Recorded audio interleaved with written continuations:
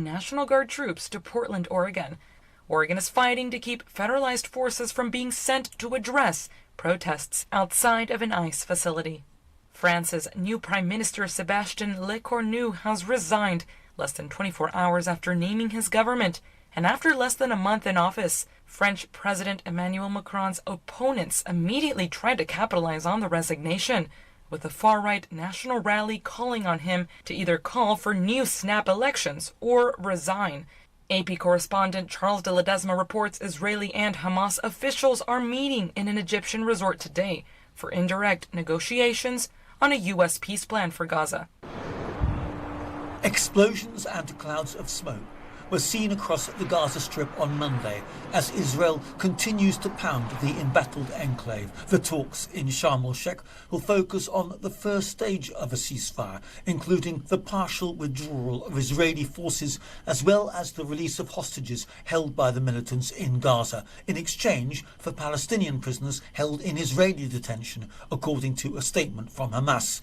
Middle East envoy Steve Witkoff and President Donald Trump's son-in-law, Jared Kushner, are also expected to join the talks. Gaza's health ministry said on Sunday the Palestinian death toll in the war is now over 67,000. I'm Charles de Ledesma.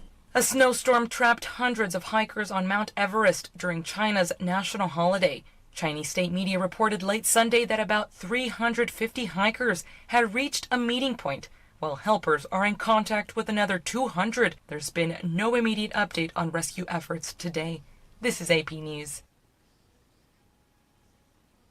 Scientists from San Francisco, Seattle, and Japan have won the Nobel Prize in Medicine.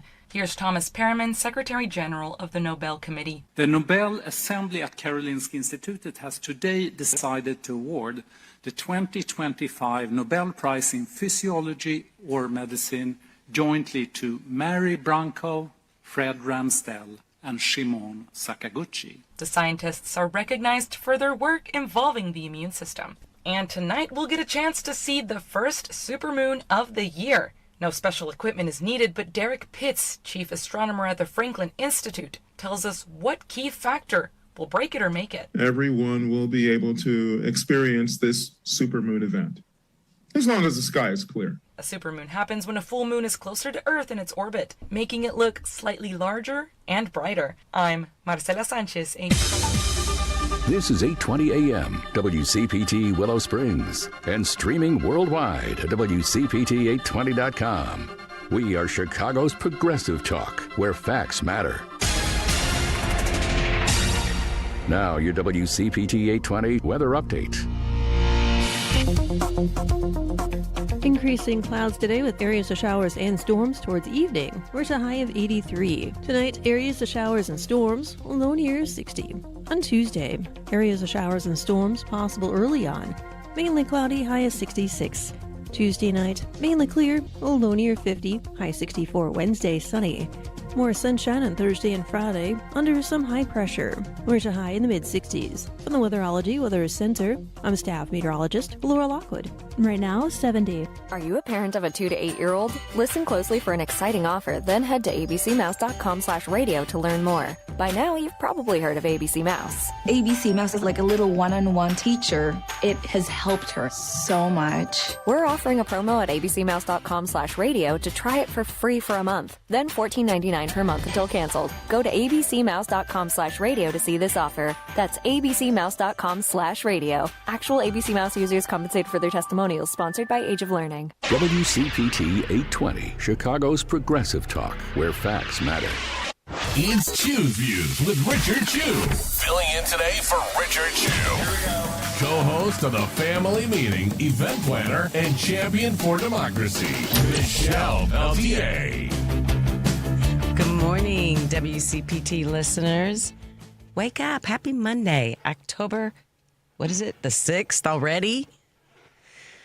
Wow. And come on now, it's what, 60-something, almost 70 degrees right now? 68 degrees. So good morning, WCPT. Happy Monday, October 6th with 60-some degrees. It's Michelle Peltier here with my friend Devin. Good morning, Devin. Yes, I'm so happy to be here with all of you today and the rest of the week. I hope you stay with me. I had a whole thing planned out for today, for the whole week, and stuff just happens as they do here in Chicago. So I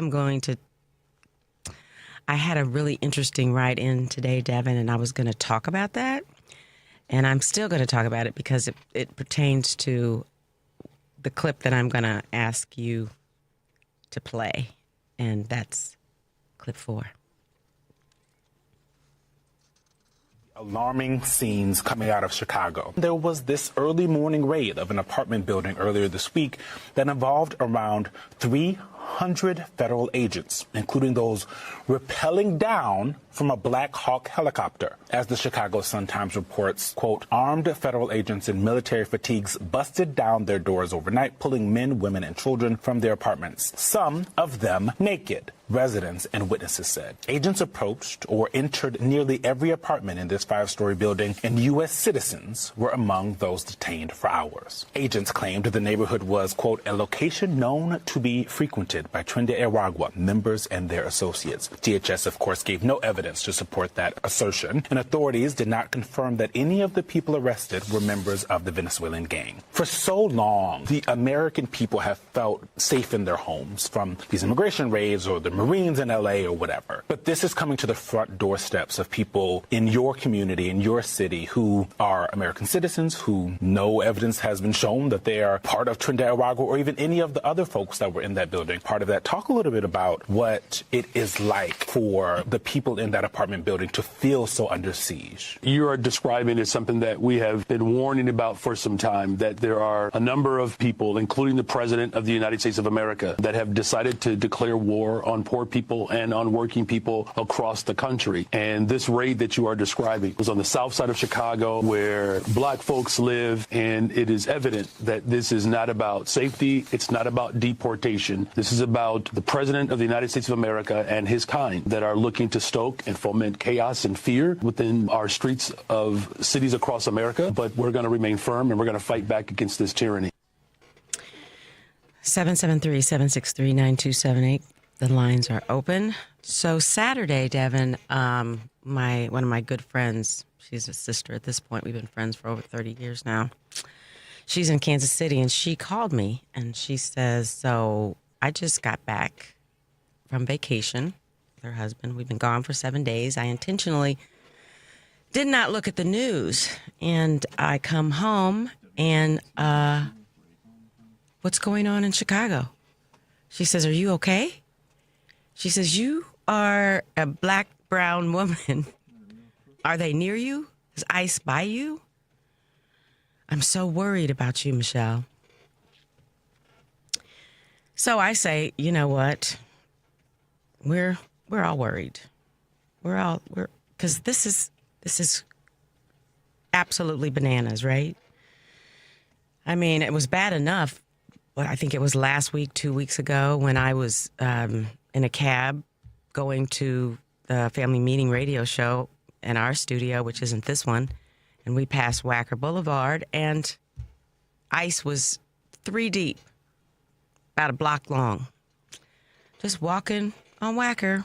And I don't know about you guys who've seen these people. I find it quite disturbing to see camouflaged, armed people walking with masks, walking up and down our streets. It's not normal. I don't think we should normalize it. I think that we shouldn't have conversations about, does it make you feel safer? I think the only thing we should talk about is, when are they leaving and why are they here? So, yeah, that's happening. And I find it quite disturbing. I think, do I have someone else who agrees with me? Let's talk to Rick from Florida. Rick, how you doing this morning? Hi, good morning. I'm doing very well. I hope you're doing well too, and everybody in Chicago. You know that I am a Chicagoan. I call myself Florida man, but that's just a point of reference and an inside joke. But I follow what's going on up there. This is very disturbing, and along those lines, two things. First off, they're reporting in the newspaper today that there's an app that you can track ICE with, what they're doing, where they're at, when they're congregating in an area. And Rick, it turns out that, yes. Are you? Maybe I shouldn't interrupt you because you know the app is gone now. Well, yes, and they're reporting that app was sabotaged by Apple and by Google, and it's gone. Yep. So there's that. But if you have it on your phone, you can still use it. People just can't get it anymore, is my understanding. Well, my overall point is this. As a progressive and as somebody that cares, like I know everybody there does, we need, in my humble opinion, I really wish that part of the news would not be promoting Apple like sometimes, on Richard Chu's views, and he talks about the latest Apple gizmos and the latest this from Apple. We need to cut them out because and the reason why, one of the main reasons is, you'll notice with Jimmy Kimmel, when they censored him, when they took him off the air, that big government overreach from these Republicans that love their big government.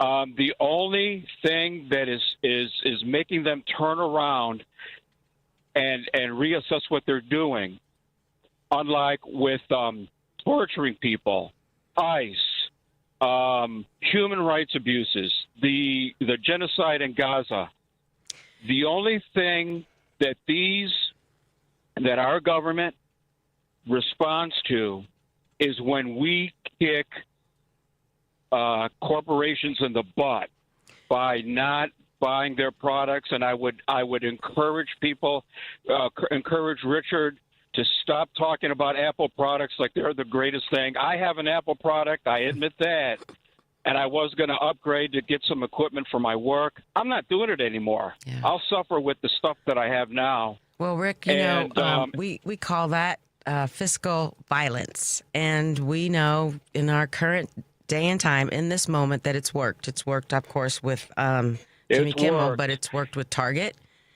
I think Amazon's been affected, Target, right? And so, we're doing it. Our government is not, and the Democrats too, to a certain extent, but for sure these Republicans, they do not. It's obvious they are not feeling any accountability. They're not in fear of being incarcerated, and they're not. President Trump has been breaking laws left and right for years now, and we're not doing anything. The only thing that I've seen that the Democratic Party has done, and I see it's been done in Illinois, it's a good first step, but getting where ICE people don't wear masks, that's good. But we're still not arresting them. If anything, the police in Chicago and down here are helping them. Well, we shall see, Rick, won't we? We'll see. We're going. Well, let's see, and like the Republican libertarians say, let's vote with our pocketbook, because that's the only thing that one of the few things that seems to be working, aside from I've noticed the mass protests that we're having up there in Chicago, and boy, I just love that. And the other thing is this, at WCTP, I love the station. I've been listening to you guys since Bill Press and the infamous Norman Goldman. He wasn't infamous. He was a good dude. I like Norman Goldman. Well, I mean that in the best possible. I don't mean that in a negative way. But you know how he. Well, it is if you're a Republican. If you're a Republican, it's infamous, and he was infamous to them because he rubbed their noses into the dirt. But my point being is this, and I'm saying this because I want the station to prosper. I find it very disturbing that you guys are doing commercials elevating corporations like Procter & Gamble and Nike and all these big, don't become dependent on the corporation tit. Don't start because they want you They want WCPT. Once they're paying the dime, it's their dance floor, as they used to say in the 80s. Okay, Rick, I gotta let you go. I gotta let you go, Rick, because you kind of got us in trouble. But thank you so much for the call, and I know stay I did. hot That's there what in Florida. I do. Good, it's good trouble. Bye-bye. Bye-bye. Have a good day. 773-763-9278. Look, are we angry about what's happening? Yes, we are. Should we be angry? Yes, we should. Should we let that anger just absorb us and engulf us and take us over? Absolutely not. I know it seems cliche-ish to say that we should remain hopeful, but we should remain hopeful. And I think, you want to take a quick break? Okay, we're going to take a quick break. We'll be back.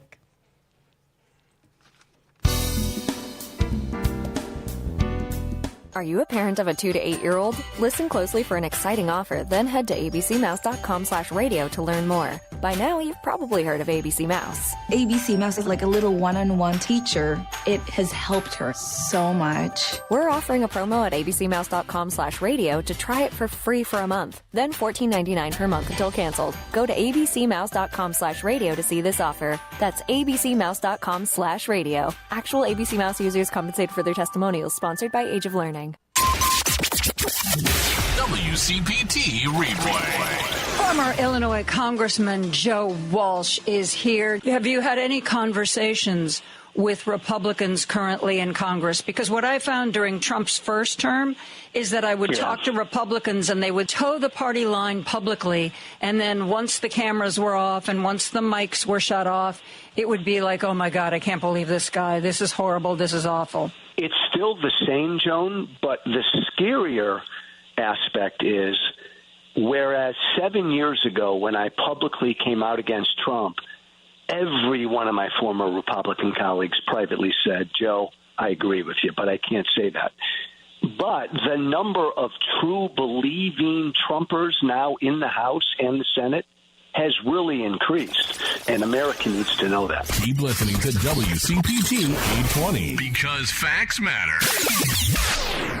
WCPT 820, Chicago's progressive talk, where facts matter. It's Chew's Views with Richard Chew.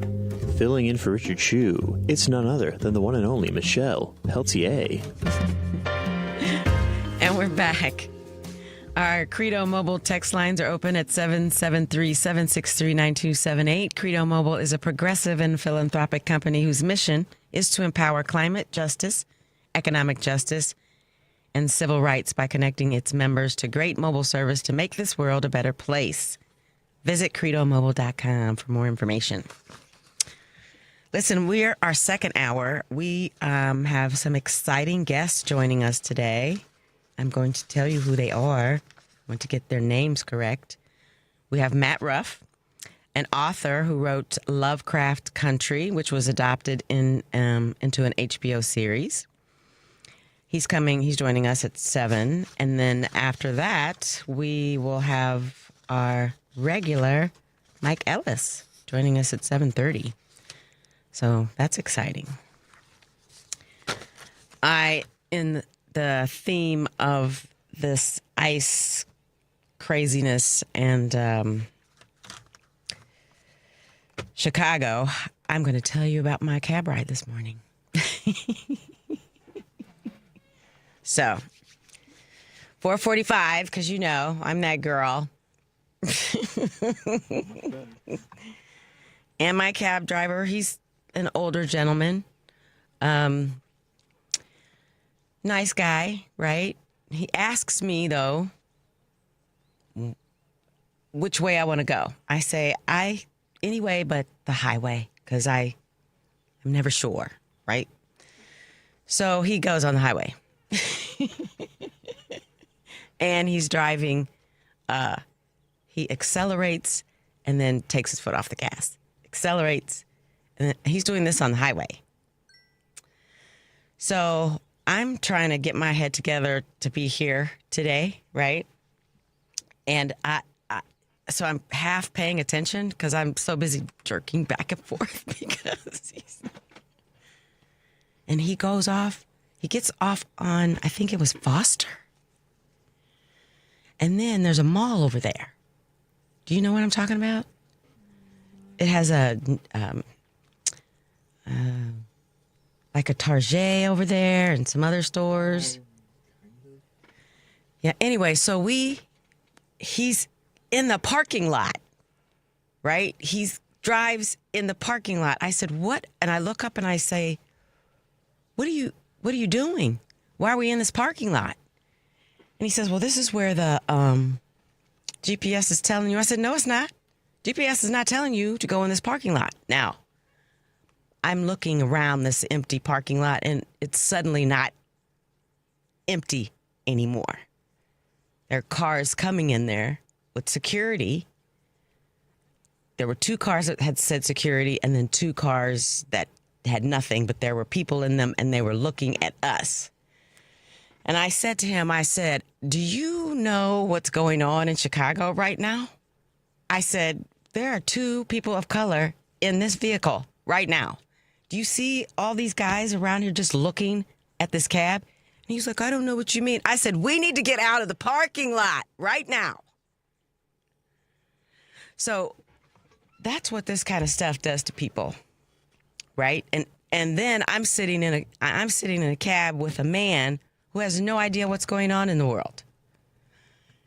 I'm like, I'm having to protect him and me because he's clueless that something bad might happen because it was dark too.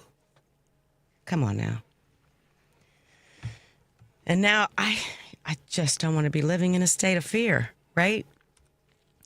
I don't want to be scared to come and go from my home. I do not want to do it. And that's kind of where a lot of us are. You know, I'm just grateful that I have allies. I'm grateful for my girlfriend, Chris, who calls me from Kansas City to check on me to make sure her girlfriend is good and safe. Wants to put a tracker on my phone so she knows where I am. She wouldn't be the first girlfriend that has a tracker on me. And we have allies like we have Karen, you know, who's a friend of the show, a friend of mine. And I know that it gets hard and tiring to just wake up ready for battle every day. But I think that we have to do 2 things. Be ready for battle, but we have to still have hope. So after my friend Chrissy and I talked, I told her, I said, you know what? The best thing that we can do, in addition to our activism, the letters we write, the protests we march in, the phone calls we make, I think the one thing that we can do is just be kind to one another. Because on that side, I don't know if you're paying attention, they are really angry over there. They are pop your head off angry. If you listen to the radio all day, every day like I do, and some of these callers sneak in and it's something I don't understand. I just don't understand. So when we are confronted with these rabid, out of control people, let's not match that energy. Let's just not do it. Let's just be kind, right? I'm not saying now, I'm not telling you to turn the other cheek and, you know, get slapped and all. No. Always defend yourself. But in the midst of this crazy journey that we're going through, let's not forget kindness. It's important. It matters that we take care of each other, because when we get to the other side of this, and we will, we have to lead by example. And leading by example doesn't look like what they're doing right now. Not even close to it. All right, 773-763-9278 is our telephone number. I'm just looking at Devin right now. Give us a call. Give us a call. Let's take a break real quick, Devin, because I got something I want to send you. We'll be right back.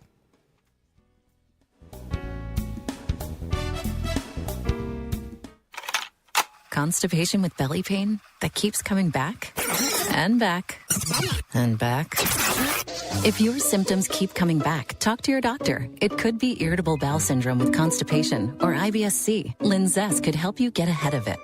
Linzess linaclotide is a prescription medicine that treats IBS-C in adults. It's not a laxative. It's a once-daily pill that helps you get ahead of your symptoms. It's proven to help you have more frequent and complete bowel movements and helps relieve overall abdominal symptoms, belly pain, discomfort, and bloating. These symptoms were studied in combination, not individually. Do not give Linzess to children less than 2. It may harm them. Do not take Linzess if you have a bowel blockage. Get immediate help if you develop unusual or severe stomach pain, especially with bloody or black stools. The most common side effect is diarrhea, sometimes severe. If it's severe, stop taking Linzess and call your doctor right away. Other side effects include gas, stomach area pain, and swelling. Talk to your doctor and say yes to Linzess. Learn more at linzess.com or call 1-800-LINZESS. You're listening to WCPT 820. Here's the latest Chicago weather update. Increasing clouds today with areas of showers and storms towards evening. We're at a high of 83. Tonight, areas of showers and storms, low near 60. On Tuesday, areas of showers and storms possible early on. Mainly cloudy, high of 66. Tuesday night, mainly clear, low near 50, high 64. Wednesday, sunny. More sunshine on Thursday and Friday, under some high pressure. We're at a high in the mid-60s. From the Weatherology Weather Center, I'm staff meteorologist Laura Lockwood. Right now, 70. This is WCPT 820, where facts matter. It's Chew's Views with Richard Chew on WCPT 820 AM. Filling in for Richard Chew, it's Michelle Peltier. And we're back. 773-763-9278 is our number. Please give us a call. Our Credo mobile text lines are now open. You can catch us on Facebook Live, Twitter stream, TuneIn Radio, of course, SoundCloud.com/WCPT 820, and the Heartland Signal Digital Newsroom. All right. So I have another clip that I want to play, but I think I want to play it after the news because I want us to continue to talk about, for this next half an hour, this National Guard situation that we have and all these horrible things that are happening to us. So I want to read a letter when we come back after the news that our governor, who we love and adore, by the way, that man is taking care of Illinois. I'm telling you, I think it would be a lot worse if we didn't have if we had a lesser leader than J.B. Pritzker. So I'm grateful for him. Do you want to go to the news now? We still got time? Okay. Okay, so then this is what I'm going to do. I had a whole list of things that I wanted to talk about because the last time I was here was June the 9th, Devin. And so I was going to talk about the things that happened between June 9th and today. And I printed out 3 pages of things that have occurred nationally, internationally, and locally. 3 pages, single spaced. And I was going to take a few of them here and a few of them there and read some of them. And then all this other stuff started to happen. But one thing I want to mention that happened since I haven't been here that is I'm very curious about, and maybe you guys can help me along with it, is this alligator Alcatraz. I should have asked our caller about it. I mean, is it closed now? That's what I heard too. And do we have 1,200 people missing? Did we hear that too? That were in there and we don't know where they are? I mean, can this get any more ridiculous? They are just doing whatever they want to do with whomever they want to do it. It's scary. It's bad. It's time for the news with 773-763-9278. But I have some more clips for you in the next half hour. And remember, we've got guests coming 7 and 7:30. Okay, time for the news. We'll be right back.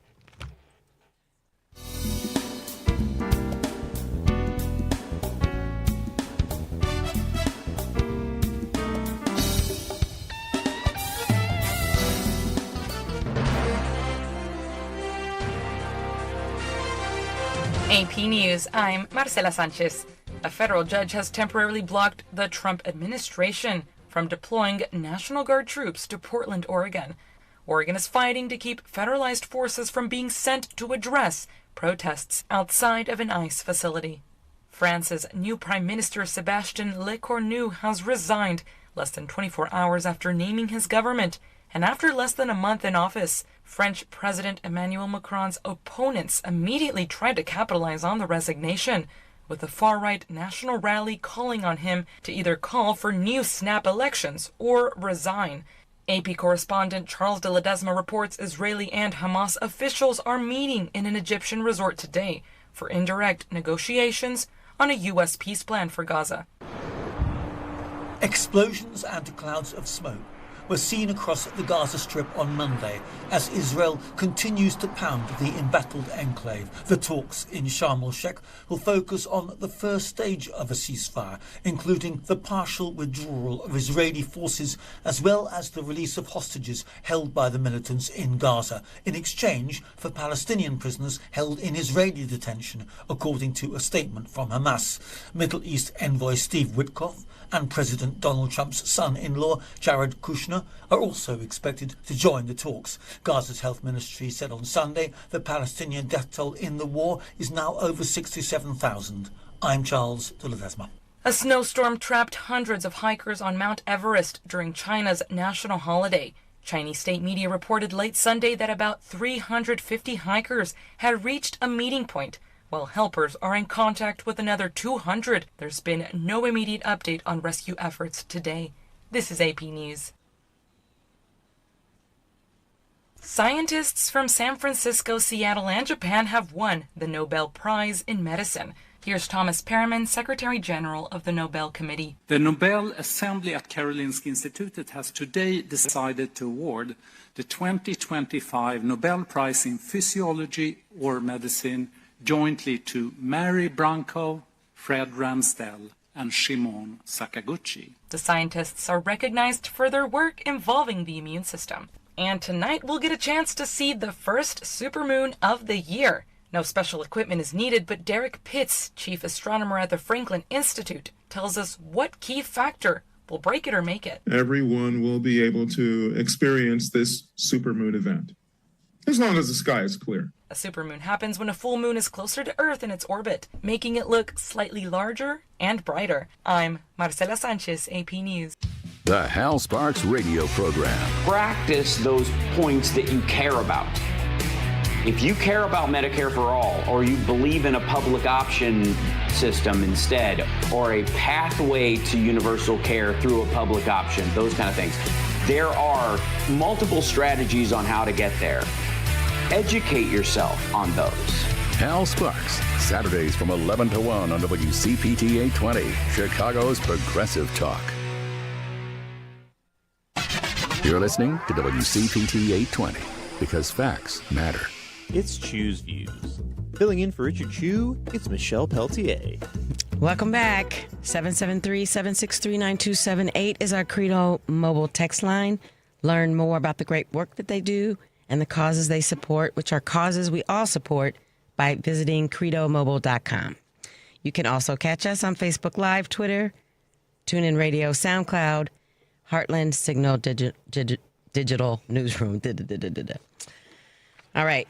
The topic of the day, of course, are these troops coming in. So I'm going to read a letter, and then we're going to play a clip of Governor Pritzker. But I read this letter. It came out last night, I think. This evening, I can't say his name. I'm sorry, people. This evening, DT is ordering 400 members of the Texas National Guard for deployments in Illinois, Oregon, and other locations within the United States. No officials from the federal government called me directly to discuss or coordinate. We must now start calling this what it is: Trump's invasion. It started with federal agents. It will soon include deploying federalized members of the Illinois National Guard against our wishes. And it will now involve sending in another state's military troops. I call on Governor Abbott to immediately withdraw any support for this decision and refuse to coordinate. There's no reason a president should send military troops into a sovereign state without their knowledge, consent, or cooperation. The brave men and women who serve in our National Guards must not be used as political props. This is a moment where every American must speak up and help stop this madness. Clip number 3, please. Let me just say that the secretary doesn't know what she's talking about. She frankly says that people are clapping. They're not. They're booing her on the street, and they're booing ICE and CBP. They're marching, the CBP marching on a beautiful Sunday in Michigan Avenue in downtown Chicago. They're raiding neighborhoods where instead of going after the bad guys, they're just picking up people who are brown and black and then checking their credentials. Are you a U.S. citizen? I don't know about you, but I don't carry around papers that say I'm a U.S. citizen. So you can imagine people are getting detained. They're getting arrested, U.S. citizens. And they did this, of course, when they raided a building in the middle of the night in South Shore. 130 people that were emptied out of this building. They were going after a few gang members, and instead they broke windows, they broke down doors, they ransacked the place, and there were people that were held, elderly people and children zip-tied. Elderly people held for 3 hours at a time. They are the ones that are making it a war zone. They need to get out of Chicago if they're not going to focus on the worst of the worst, which is what the president said they were going to do. They need to get the heck out. I don't think he could be any more clear. And then, to add insult to injury, the BBC reported U.S. DT, I just can't even utter his name. It's horrible. I'm sorry. Has authorized the deployment of 300 National Guard troops to Chicago and Illinois to address what he says is out-of-control crime. The move came hours after immigration authorities said they confronted protesters in the Democratic-run city. Okay, I have to say something. I'm so tired of people using Democrat wrong. And I think that in the midst of being kind and being aware and having conversations with people who are not necessarily as like-minded as we are, that we need to correct them when they mispronounce anything, because they're doing it on purpose. I continue. Officials said an armed woman was shot after she and others allegedly rammed their cars into law enforcement vehicles. State and local leaders have for weeks criticized Trump's deployment plans, calling it an abuse of power. Governor J.B. Pritzker said Trump was attempting to manufacture a crisis. So now let's listen to Tammy Duckworth, clip 5. We're urging our protesters, remain calm, peaceful protest, exercise your First Amendment rights, but videotape everything. Everybody has a phone. Tape everything so we actually have real evidence of what is happening. We know the Trump administration lies consistently. And what I am hearing is that for the large part, people are being very quiet, are being very respectful. But ICE is being very aggressive. Remember that they are zip tying children. They are raiding apartment blocks in the middle of the night, separating children from their families, pulling people out onto the streets naked. They are using Gestapo tactics in Chicago. And this is what Trump wants to do, right? He wants to intimidate the people of Chicago. That's not going to happen. And we're going to document everything and make sure, just as the judge in Portland said, that these requirements, these orders from the Trump administration are not actually tied to reality. Okay. I tell you, we are so fortunate here in Illinois to have such strong representation. I feel like we are, we're pretty fortunate here, I think, because we have some incredible leadership. But we also have our beloved Jasmine Crockett. Can we hear her? She's clip number 1. Stop falling for the okie doke. Stop believing the lies that they are putting out there and the terrible racist tropes that they are constantly using to rile people up. It is time to recognize that while you thought the enemy was the immigrant, or you thought the enemy was the trans person, or you thought that the enemy was the black folk, or you thought the enemy were the women, when the reality is that the only person that is harming you right now, if you are struggling to make sure that you can pay your bills, if you're struggling to feed your family, if you are struggling to find a job, if you are struggling to keep your business open, or if you're a farmer, while we currently have record level bankruptcies by farmers, it is not any of those people on the list. It is the old white Nepo baby that is sitting in the White House that is causing all the destruction, pain, and problems that you are enduring. We can't love her anymore. I mean, she's just amazing, isn't she? I love her so much.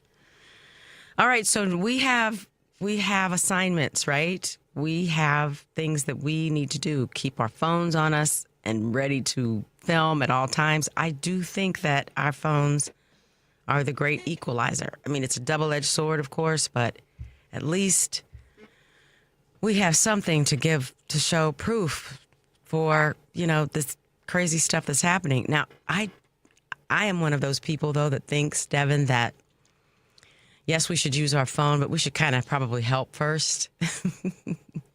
Let's not watch a person get beat down to a puddle and then help them after we've got it all filmed, right? I think we need to be better stewards of each other in that regard. I know everybody's looking for their viral moment, but come on. Be kind. That's the theme for the week, Devin. Be kind. 773-763-9278 is our call. Is our telephone number. Give us a call. You guys know that I get all wound up when you don't call. So come on. Call me. Yes, I am begging. So I have another thing to read to you really quick. It's about Chicago. It's from ABC News and came out yesterday. Amid escalating tensions in Chicago over the Trump administration's immigration crackdown, U.S. Customs and Border Patrol agents on Saturday shot and wounded a woman they alleged was part of a convoy of protesters that rammed their vehicles during an ambush. Now, I read something similar to that earlier, but I want to make sure to emphasize that things are going on here in Chicago and they're not good. And it's very scary. I don't know where it's not happening, to tell you the truth. I have to go to Evanston from time to time because I have some business there. And there's weird things happening in Evanston, too. So I don't know if it's all over the state of Illinois or specifically in Chicago and Evanston and other suburbs. But there, I don't know. It's very scary. And we just have to make sure we keep our eyes open, our ears open, our minds open, and we need to take care of each other. Be kind. The theme of the week. Remember? I also kind of want to talk about, since I mentioned this, and we don't have to go into great detail about it, but it's something that I think about quite often, and it's the farmers. Have you guys been paying attention to the farmers and what's happening? I listened to a really good interview the other day on Don Lemon's show. And, once those countries make other arrangements to purchase soy, to purchase whatever, those dollars I don't think are ever coming back. So what are we going to do? What are the farmers going to do? All of this is such a hot mess. All of it's just I don't know. I'm sorry, I got distracted because I got a text and I'm trying to do. I can't do that. I can't do how Richard does when he reads the text and then he's got to look at this screen for the calls and then he's got to look at another screen for articles. And this whole setup is fascinating and wonderful and crazy all at the same time. I got a call. Let me see. We have a call. Okay. I'm sorry, no dead air, right? I was talking to Eric about that yesterday. For those of you who listened to the family meeting and are here with me this morning, thank you. That's not easy because it's early. So I really appreciate that you continued to join me today after listening to me yesterday, which was a very fascinating conversation, by the way. So let's talk to Al, shall we? Hello, Michelle. How you doing? Good morning, Al. Good now. That's good. It's all very interesting out there, and I was going to key on empathy and sincerity, and these people have no empathy and sincerity. That's true. And we do, and we need to build community, and they are trying very hard to build community with anybody that is lost, and those are the people that are falling for the Turning Point USA, and they're joining them because they're finding a place to go, and they're giving them hope in that respect. Well, hope they're helping them find something, and they're going in the wrong direction. We have to be better at understanding what's being done with our media. Boy, I'm not doing very good here. Sorry. I hear you, Al. And let me just comment really quickly because I was looking at something just last night. I watched the miniseries Adolescence. Did you watch that, Devin? It's I would recommend it, but it's not an easy watch. And Al, it goes to what you were talking about, social media and how I'm going to use the term seduces, but that's not the term that they use. But there's a whole process when these kids get online and they say they're gamers and they start playing games, and then they'll start getting these little pop-up messages. And if they're curious and click on them, then they begin to get inundated with all of the same type of garbage, right? And it sends them down these rabbit holes, and that's what that in part is what radicalizes them. So when I say social media is a double-edged sword, that's what I mean, because we are losing not just kids but adults too, who go down these spiraling social media rabbit holes, and most of it is harmful information.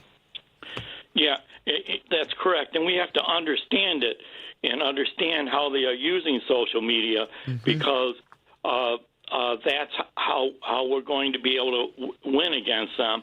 And nobody knows what's going to happen tomorrow. That's right. Nobody knows. We've never been here before, and I have a lot of hope that we are going to figure this out. And we have so many people on our side all working on this, all in their own ways. And if anything we need to do is we need to work together better. I agree. On our side, because they sure as heck are doing it, and I see it when I watch their media, and that includes all those we know, like Salem Radio, TBN, Daystar TV, Newsmax, all these people, they all know what each other are doing, and they all work on their messaging and understand what's going on, and understand how they are manipulating us. And so so we have a lot of work to do, and so that's it. You know, I'm for now. I got a lot more I can say on other subjects. I appreciate you calling, Al. So tell me, just before you go, what are you doing to make a difference?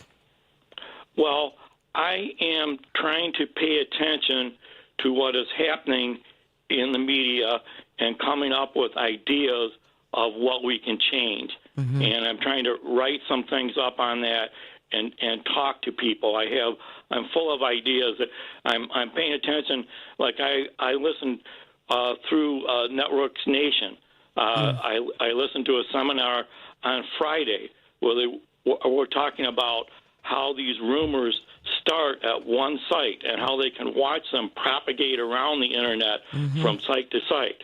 They're talking about how people do use the internet and look around to try to do fact check, but they're finding that the information that they're trying to fact check shows up wrong in different places. But you know, these people have the technology now that we can sit there and follow how what happens on the internet, and one of the comments is we have to be in that place when these rumors come out.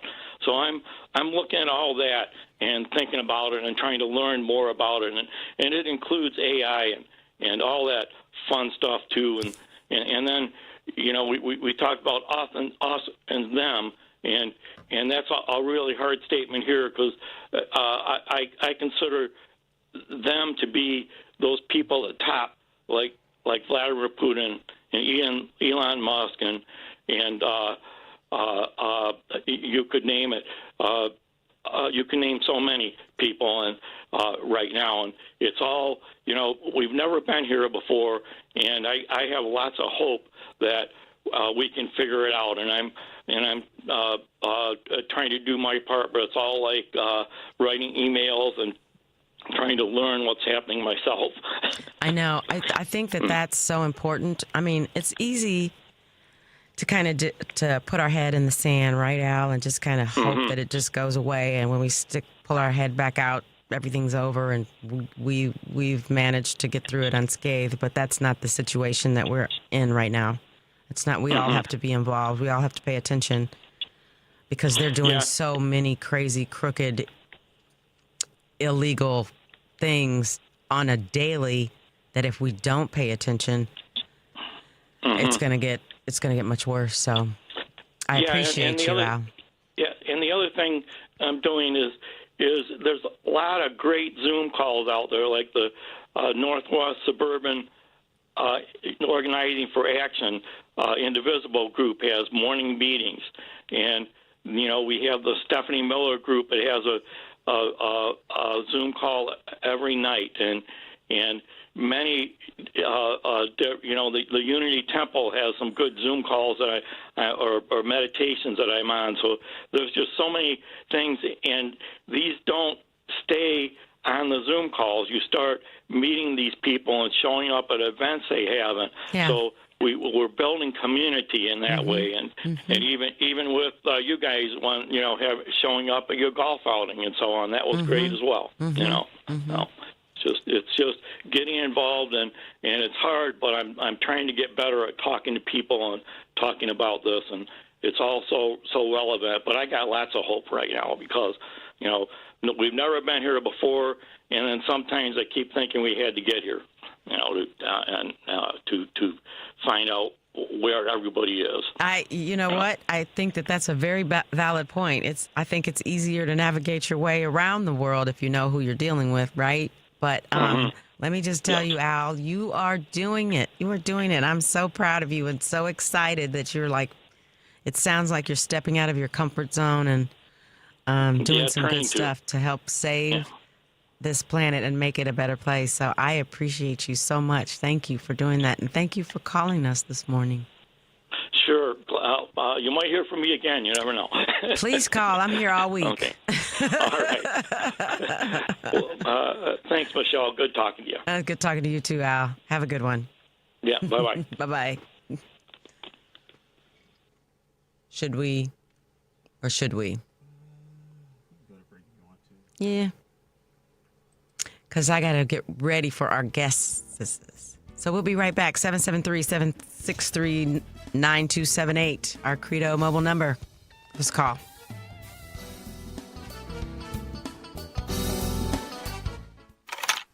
Constipation with belly pain that keeps coming back and back and back. If your symptoms keep coming back, talk to your doctor. It could be irritable bowel syndrome with constipation or IBS-C. Linzess could help you get ahead of it.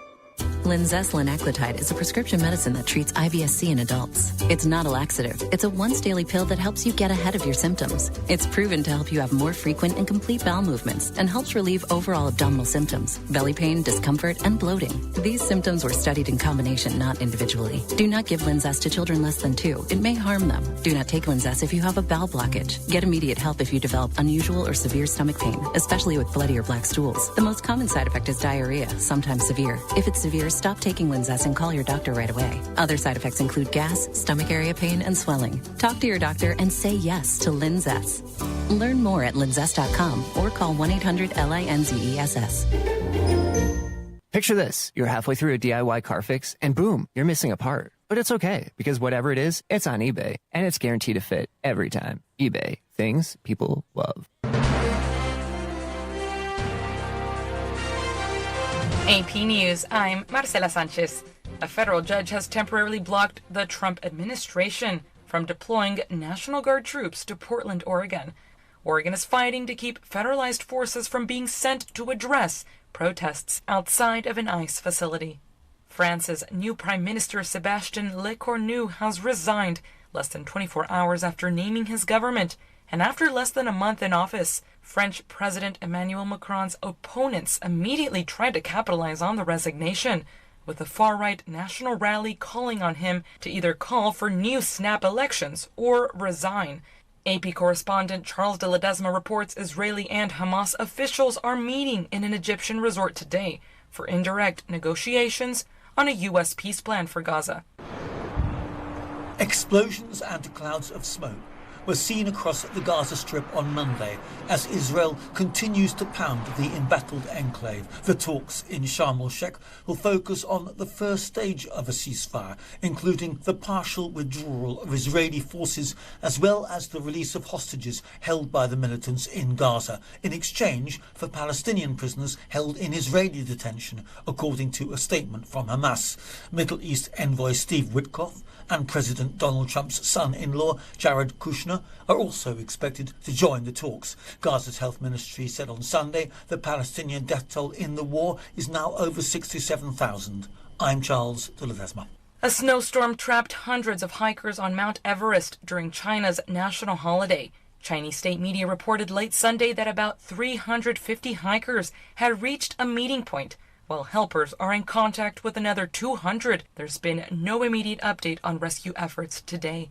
This is AP News.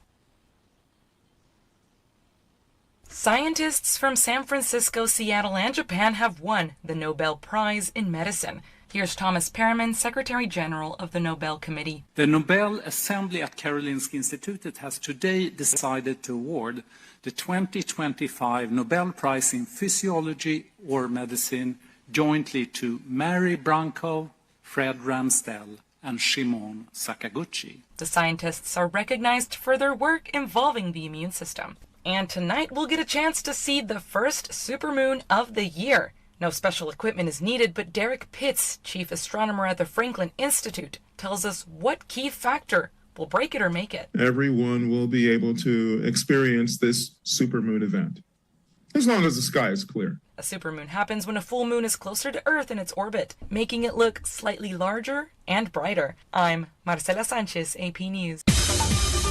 This is 8:20 a.m. WCPT Willow Springs and streaming worldwide at WCPT820.com. We are Chicago's progressive talk, where facts matter. Now, your WCPT 820 weather update. Increasing clouds today with areas of showers and storms towards evening. We're at a high of 83. Tonight, areas of showers and storms, low near 60. On Tuesday, areas of showers and storms possible early on. Mainly cloudy, high of 66. Tuesday night, mainly clear, low near 50, high 64. Wednesday, sunny.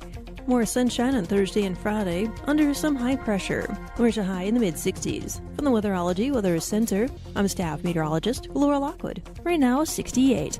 The family meeting. This is Dr. Sharon Bethan. She's at Northeastern Illinois to teach us about the history of Haiti. And think about this in the context of colonization that has caused things like what we see going on at our southern border. We talk about colonization, they choose to destroy and kill and massacre the people. So that began to happen. Indigenous people of that land begin to die out because they fought diseases and wars. Sundays 4 to 6 p.m., The Family Meeting. WCPT will be broadcasting a live in-person Union Strong panel on Wednesday, October 15th from 3 to 5 p.m. And you're invited. Join me, Tom Hartman, and WCPT's morning host, Richard Chu, at the Ironworkers Local 63 Training Center in Broadview. Panelists include Paul Wendy from Ironworkers Local 63, Rob Fulton from Riggers Local 136, Cliff Horowitz from Horowitz & Associates, Andy Rico from IBEW Local 176, and Tom Villanova from Southland Friends of Labor. This event is proudly sponsored by Ironworkers Local 63, Riggers Local 136, Horowitz & Associates, IBEW Local 176, and Southland Friends of Labor. Wednesday, October 15th from 3 to 5 p.m., Ironworkers Local 63 Training Center, 2523 Lexington Street in Broadview. That's just off the 25th Street exit on the Eisenhower Expressway. All listeners must register to attend this free event at WCPT820.com. Just click on the banner. Great. It's yours. See you then. Nathan's Tiki-themed bar is swimming in end-of-year party bookings. Where can I find that many servers? They want headlamps? And I'm going to need to find a band. He needs caterers to navigate the rising tide. No, Mario, not your cousin's cover band. Indeed can help him hire great people fast. I need Indeed. Indeed you do. We instantly connect you with quality candidates whose resumes on Indeed match your job description. Visit Indeed.com/credit and get $75 towards your first sponsored job. Terms and conditions apply. Alexa, play WCPT. WCPT from TuneIn. Welcome to Choose Views with Richard Chu. Get ready to dive into a world of insightful conversations and thought-provoking discussions. As progressives, our job is to have an all-inclusive, full-on assault with all of our players. A show that will focus on moving our political, social, economic, gender, and cultural conversation forward. And all of our players means all of our players. It's Choose Views. And now, here's your host, Richard Chu. Filling in for Richard Chu this morning, it's Michelle Peltier. And we're back. I love Devin's voice, his radio voice. Okay, so I actually am very, very excited. We have Mr. Matt Ruff on the phone. Hello. Good morning, Matt. How are you? Pretty good. It's a little early here in Seattle, but so if I ramble a little bit, I hope you'll forgive me. But otherwise, very nice to be talking to you. I look forward to your rambling. So you're going to be in town in a couple of days or a week or so, huh? This Friday, it'll be at the basically, the American Writers Museum has a new exhibit called American Prophets, Writers, Religion, and Culture. Yes. And that opens next month. It's about the history of religion and spirituality and how it's affected American literature. And as part of that, they're doing a program series. And because it's October this month, it's going to be writing horror and religion. And so it'll be me, Tananarive Dew, and Juan Williams at the University of Chicago Divinity School at this Friday at 6:30 p.m. That's so interesting. Can you expound on that a little bit more? Horror writing and religion? It's funny.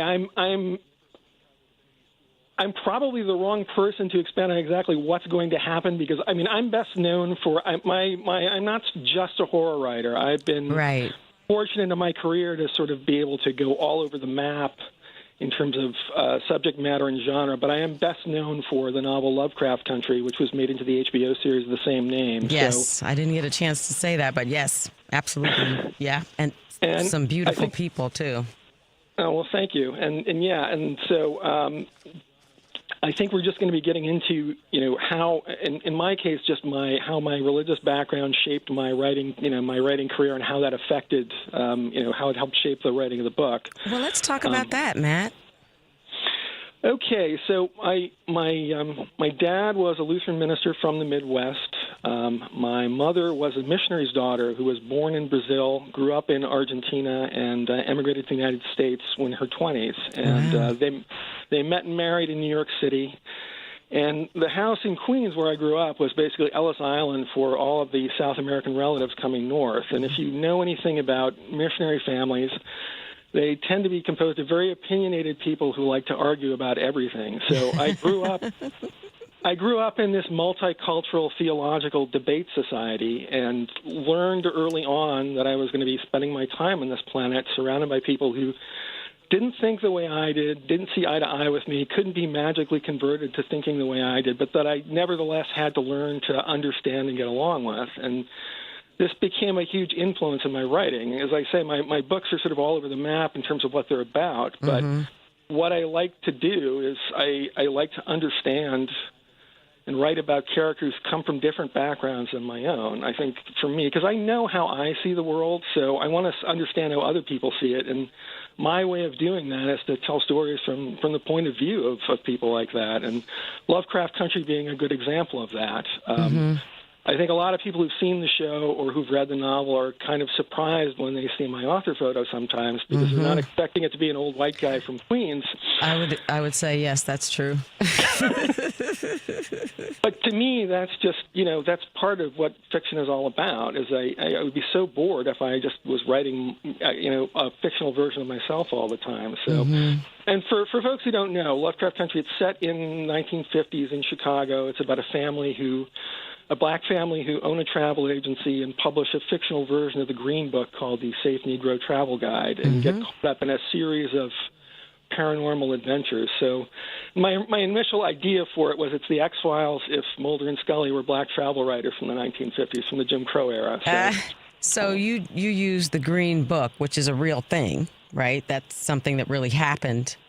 The Green Book was basically a travel guide that listed hotels and restaurants and other accommodations across the country that accepted black customers at a time when that was couldn't be taken for granted. And it was actually a postman, I believe, in Harlem, Victor Green, who first created it, and he would correspond with other postmen around the country to get tips about places that were open to black customers. And it's kind of fascinating if you look at the old copies of it, you sort of get a map of where people were welcome and where they weren't. And some states there'll be like 4 entries. So yeah, but I'm sure it saved a lot of people. Well, even beyond saving lives, it just saved a lot of inconvenience. And saved your life, which is absolutely. So tell me how you chose to interweave or intertwine horror in that whole particular. Well, my thought was that, to me, the interesting thing about the idea, like the story was going to center on Atticus, the son of the family, who worked as a researcher for the guide. So he was sort of my Fox Mulder character, and the idea was that it'd be his job to drive around the country looking for establishments that would take his business. And Atticus was also a nerd. He and his Uncle George are fans of genre fiction at a time when genre fiction didn't necessarily love black folks. They didn't, really exist in science fiction and fantasy and horror. So he would be this sort of savvy guy. If he saw a werewolf running across the highway in the middle of the night, he'd know what to do about that. And so part of it would be the weekly paranormal adventures of Atticus and his extended family. But then it would also be about finding your way in the time of Jim Crow. So it was 2 types of horror, sort of the sort of fantastical paranormal horror and more mundane horrors of American racism. And the question was, which was the bigger threat to your safety and sanity? And that is sort of where H.P. Lovecraft came into it, because I needed a thematic bridge between those 2 types of horror. And H.P. Lovecraft is this, very talented and very influential horror writer from the early 20th century who was also a white supremacist, and so that was perfect. It was sort of he was both. He was horror, but he was also racism, and so that's where I came up with the idea of the title Lovecraft Country, which is kind of a double entendre for the paranormal landscape where these fantastic monsters come from, but in another sense also America in its worst time. So and I kind of went from there. Let me ask you a question. How did you feel about the adaptation of your book? It was a lot of fun. It was funny. I had hoped that I would be one of those authors who was comfortable with, wasn't possessive and didn't mind that obviously stuff is going to change a lot. Right. And, but you never know until you see it. And but I found that, I was glad. It's like I have my version of the story, and it was really a pleasure to see what Misha Green, the showrunner, did with it. It was, and for me, it was like watching an alternate reality where the first season, particularly the beginning of it, does follow very much the structure of the novel, and it diverges more and more towards the end, and the ending is quite different. But Misha's a lot more bloodthirsty than I am. In my novel, all of the protagonists survive. Misha's killed like half the cast off. Spoiler alert. Sort of setting up the board for, I think, where she wanted to take it. But to me, it was just, it's like looking at an alternate reality and where I sort of recognize all of the pieces and all of the but everything looks a little different, and then there are some things that are just very, very different. But in general, I was quite happy with what she did, and it was a fun ride to see, and it was fun to go down in the set and get to meet everybody. So did it kind of sort of match your visual eye though? Like, these characters are now alive, literally, and so, but you knew, or I'm assuming you had a vision of what they look like before they were on film. And how much did they match or deviate from what was going on in your head? Well, that's interesting, though, is that I don't necessarily, it's when I'm writing, I don't really have always a strong visual sense of what the characters look like. I sort of do, but I guess I do. It's hard to explain. For me, I guess I do, but I probably couldn't. I'm not a physical artist, so I couldn't draw the characters for you. I just sort of have this notion in my head of who they are and kind of what they look like.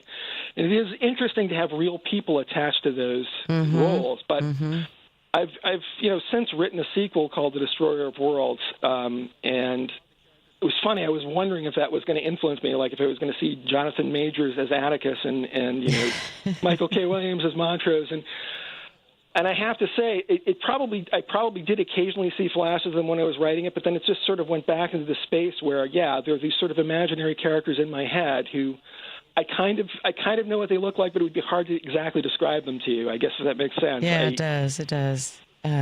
Interesting. So I've got another question about Michael Kenneth Williams. God rest his soul. Did you get to meet him? Very, very. Basically, I was there. My wife and I went down to the set in Georgia, and I had already met Jonathan Majors for the filming of the pilot in Chicago. And so he knew me, and he was walking with, I'm about to call him Montrose. He was walking with Michael K. Williams. And it was when they were filming, I forget the name of the episode where they go into the sort of the Indiana Jones episode where they go and they end up in the pirate ship. And they were walking by. They were in actor head, and basically, but Jonathan looked over and he saw him and he said, "Oh, Pop, that's the guy who wrote the book." And Michael K. Williams smiled and waved at me, and that was my interaction with Michael K. Williams. Still very cool, though. Yeah, that was the thing is when I went on set the first time and I talked to my CA agent to ask him what to expect. I'm like, well, will we get to hang out and have dinner and stuff? And he's like, no, that's not the way it works. That people on set are very busy, and a lot of actors, particularly method actors, they just don't want to drop character while they're working. So I've heard about that. Yep. But it's just. I think the thing that impressed me most was that first visit when I went to Chicago. I was there when they filmed the block party in the pilot episode where they shut down 2 blocks of Southwest Chicago for 2 nights, and basically it was from 6 p.m. to 6 a.m., they had this street. And they dressed it up to look like the 1950s. They had, probably 100 extras, old cars, everything in period costume. But you've got those 12 hours, and at 6:01, you've got to have the road back open again, or you're going to get fined. So every minute is super important. So everybody's like, the people you get to talk to, there are tech people who have downtime, but everybody else is pretty busy all the time or waiting to do their stuff. So you catch snatches of conversation. And I did get to speak to Jonathan Majors for, maybe 20 minutes, and he was very kind to me. And I actually got to speak most to Courtney B. Vance. Oh, yeah? So he and I got to hang and chat a bit. And then I got a brief conversation with Anjanou Ellis and Wunmi Musaku. But in general, yeah. And I got to see Journey Smollett for like 5 minutes, but they were all really busy. Everybody's very nice, but they've all got a lot of stuff to do. They're always rushing one way or another to get something done. So. Sure. It's still kind of cool, though. Oh, yeah. I mean, I'm standing at midnight on this street surrounded by all of this, what must have been millions of dollars worth of production value. And just like, I'm feeling like the Sorcerer's Apprentice, like all of this from this weird little story I made up in my room at home. So that was amazing. Yeah. You gotta love how stuff turns out. So let me ask you another question. Are you involved at all with the exhibit that's occurring on the 21st, the American Writers Museum new special exhibit, American Prophets, Writers, Religion, and Culture? No, actually, I'm in Seattle, so right. Yeah, I'm gonna get a tour of it when I come in on Friday. Good. And it sounds really interesting, but no, I'm just a guy they invited to come talk to people. So, so are you here for the weekend, or are you gonna fly in and fly right back out? Gonna fly in and fly right back out. So I come in Thursday, and then I'll spend the day in Chicago, and I will be. I'll be at the Divinity Museum there in the Divinity School, and then fly back on Saturday. Okay, great. Have you written about any other cultures outside of your own? Oh, sure. Let's see.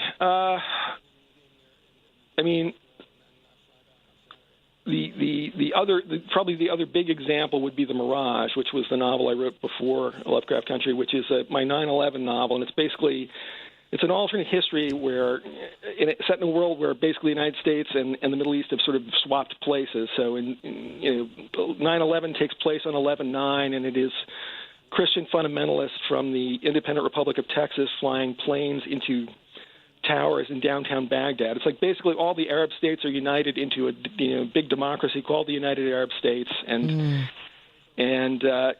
So, the Pentagon and the seat of power is in Riyadh, and so the 9/11 happens, and the story is about a trio of Arab Homeland Security agents in Baghdad some years after the event, and they capture a Christian terrorist who tells them this weird story that in the real world, the Americans are the superpower, and it's the Arab states that are these scattered third world countries, unlike in the real world. And they're like, yes, pull the other one, and he's claiming that the world they live in is this mirage.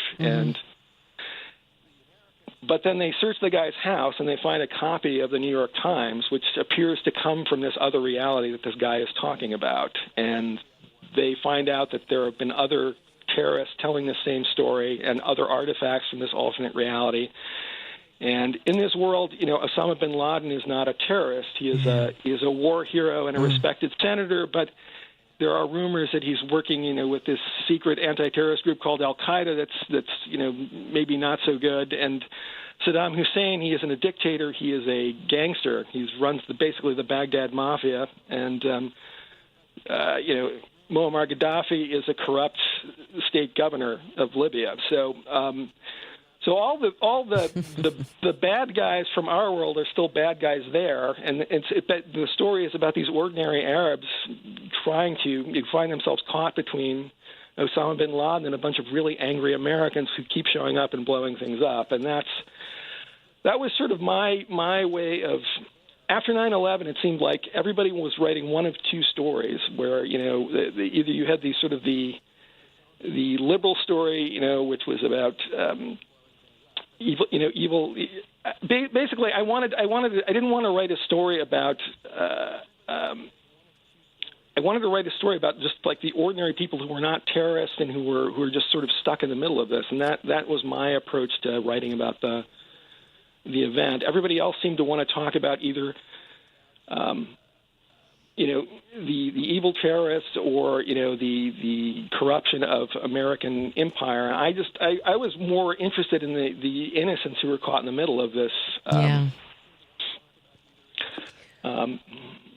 Anyway, yeah. So that is another example. And then I'm also another book that a lot of fans like is Set This House in Order, which is a story about two people with multiple personality disorder who have a friendship. So that was another example of just sort of taking a different, someone with a very different view of the world and trying getting inside their head. So Matt, let me ask you another question. How do you turn your brain off at night to sleep? Sometimes they don't, actually.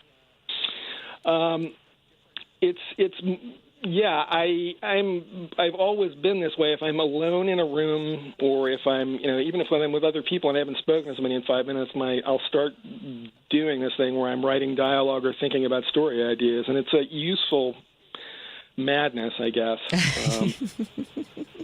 But just keep writing because people need to hear these stories. So they're good and mysterious, and so that's great. Well, thank you. What's happening with you after you leave Chicago on Friday? Then I come back home, and I've just started a new novel, and this is Of course you have. Yes. This one is it's a sort of science fiction murder mystery of artificial intelligence and bad parenting, and the basic idea is that I've got a sort of Elon Musk character who, not really, but sort of a version of that. He's got he and his wife live in this sort of apocalyptic. They've got a very nice estate up in the Cascades that's sort of designed as an apocalyptic fortress. So if World War III happens, they'll just retreat there. This has become a thing among the super rich to build these sort of survival places. So. And it's run by this. They've got an artificial intelligence sort of runs the joint, and they have robots and things like that. And so one day the wife is away, supposedly on a retreat up in the Arctic, and out of off the grid. And the computer decides that the husband has murdered her. Mm. And the problem is that the computer is using its intuition, so it can't explain how it knows this or how it happened. It can't prove that it's right, but so it locks down the house and locks the guy in. And my protagonist is a member of Homeland Security, specifically tasked for dealing with problems with artificial intelligence. So she comes in, and basically the computer's like, I can't prove that he's guilty, but I'm not going to let him go until he either confesses or you prove to me that he's innocent. And so gosh. And and then it gets weirder from there. So basically that's it. Is this? Yes. Can I? Is the guy guilty? And if not, how am I going to prove it? And the machine, of course, is very good at figuring out reasons to keep believing what it wants to believe, because it's very smart in that way. So it's a smart conspiracy theorist. So that's sort of the basic idea. That sounds quite plausible. Well, thank you. Yeah. No. It's just. I think I am not having spent time playing with ChatGPT and other things like that. I'm not really worried about AI taking over the world, but I am worried about. I think that the thing that people miss about intelligence is that the smarter you are and the more information that you have to draw on, the better you are at coming up with reasons for believing what you want to believe. And that's sort of intelligence is a double-edged sword. I think. A lot of the AI catastrophists think that if you get smart, you just at some point you can't be wrong about anything, and I just don't understand why you would think that, because very smart people make mistakes all the time, and very smart people get caught up in cult-like ideas or other conspiracy. I mean, there are plenty of real-world examples of this, of just very smart people in some ways just believing in insane things, and I don't think machines would be any different. So. Well, I think, Matt, my concern after reading so much and listening to different podcasts is people's affection for the AI and how they're forming these relationships with them. Well, yeah, there's no there. That's the other thing. I mean, at least not in the current generation. I mean, they're not. The closest living thing that they're alike is a parasite. They trick your brain's pattern recognition, that part of you that sees faces in clouds. I mean, it composes these coherent English sentences, so you think there must be somebody behind this talking to me, and it's like, no, it doesn't have a memory. It doesn't have senses, so it doesn't have a nervous system. So it's not doing anything when it's not answering your questions. It's just waiting for you to ask it another question. So the idea that it's got some rich internal life that it's communicating to you is nonsense. I agree, but I'm telling you, I'm reading about it. It's crazy to me. But, I mean, all these movies that I watched growing up, I, Robot and all those other things, I mean, that stuff's becoming real. It is and it isn't. I mean, that's the thing. It's like in I, Robot, the robots, there was something going on in there. They weren't just pretending to be conscious. And it's not that I believe that that's impossible. It's just that I think that if you wanted to build a conscious machine, you first have to figure out where consciousness comes from, and nobody has any idea. So I think they've got this sort of, again, this is one of those crazy ideas that intelligent people trick themselves into believing. It's like, well, we've got it speaking English sentences, and it comes up, occasionally does things that we didn't predict it could do, so we'll just keep throwing more processing power at it, and at some point, hand wave, it will develop consciousness. And I'm like, but why would you think that? I mean, well, because people maybe, do. But yeah. Matt, thank you so much for thank you for joining us today. The host of the show is not here, and I've been filling in for him. I will be filling in for him this week, so I appreciate you. Just kind of, I was going to say a terrible term that I won't choose right now, but so thank you so much. I'm excited to that you're going to be here on Friday. I might try to come and sneak and see it because this topic is fascinating to me, too. Well, please do. And if anybody's listening, again, it's at the University of Chicago Divinity School, and it starts at 6:30 p.m. on Friday. And it's me and Tananarive Dew and Juan Williams. And really hope to see some folks there. I'm sure it will be a very successful event. Thank you, Matt. Safe travels, okay? Thank you so much. Thank you very much. Okay. Bye-bye. Bye-bye.